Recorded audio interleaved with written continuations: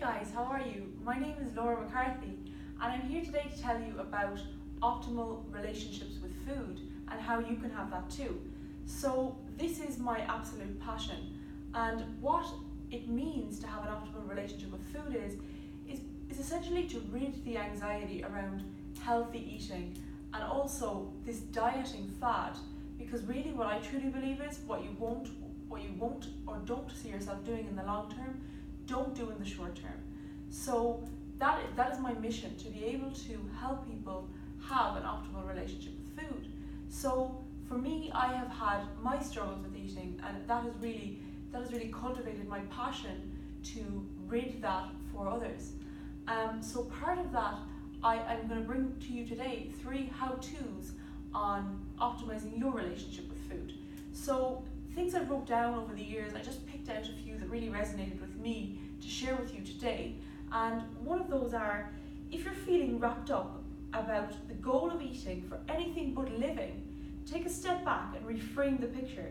Each morning, each meal, make a point of telling yourself you're eating to live, so to enjoy time on this earth.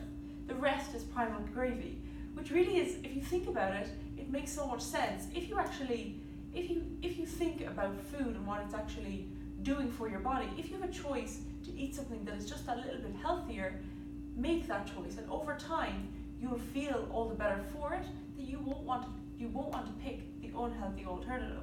So if you're faced with the choice of an apple or a chocolate bar and you're hungry, you're going to feel more satiated and more full by choosing the apple, and also it's so much more dense in terms of its nutrients. So that leads me on to my next tip, which is, regardless of the dietary approach, your number one focus is eating whole, unprocessed food with an eye towards nutrient density. So don't be so worried as to whether this or that, should I choose this or should I choose that? Please just let your focus be, okay, what is going to give my body the most nutrients? And then just be at ease with what it is you're eating and enjoy it. Which also takes me to my third tip, which is being present. Be totally present at what it is you're eating and your meals, because in doing so, you're much more aware of the amount of food you're putting into your body.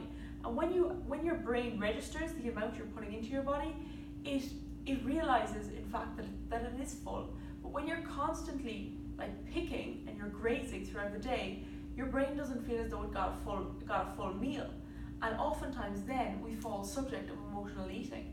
So if you find that every day you are faced with a stressful event and you therefore delve for the cookies, or you delve for food when you're not overly hungry, question why.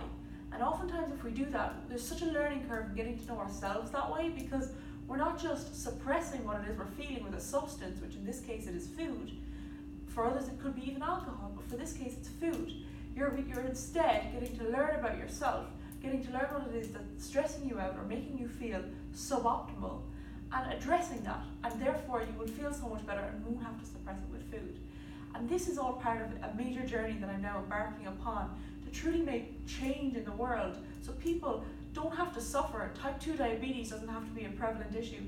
Gorgeous young women and gorgeous boys, but it just doesn't seem to be as much of a prevalent issue amongst men, don't have to suffer from anorexia because they have this anxiety around food. So I'm going to change this. It's my ultimate mission, and thankfully the Institute of Eating Psychology are going to help get me there. I'm embarking on an 8-month course with these people, Mark David being the leader, and I have invested so much time in his learnings amongst other people that are thriving in this industry, and I can't wait to throw myself further into these learnings so I can serve people like hopefully you who's watching this video to go and perform at even higher levels, not concerned about how much they're eating or whether or not they should be eating this. They just feel at ease with what it is they're putting into their mouth and feel optimally healthy. So thank you. I really am looking forward to this journey and educating you in the process, so you and me and all of us can become healthier and happier. Thank you.